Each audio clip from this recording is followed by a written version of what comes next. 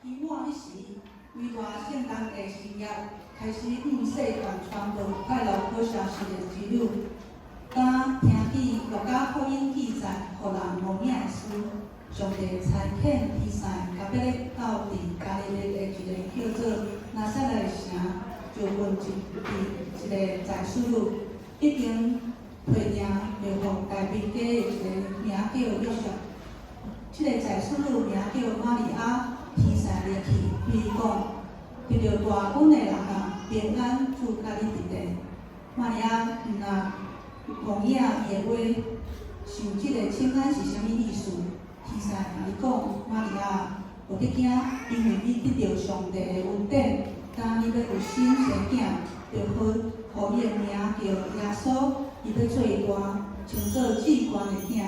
主上帝要用伊的做大笔的位，互伊，伊要做王伫哪国的家，到代代，伊的国也无穷尽。玛利亚讲，我是主的女儿，愿照你的话应验伫我。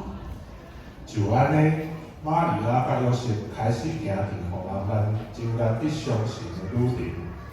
因是单纯的百姓，却着巨大超越的使命。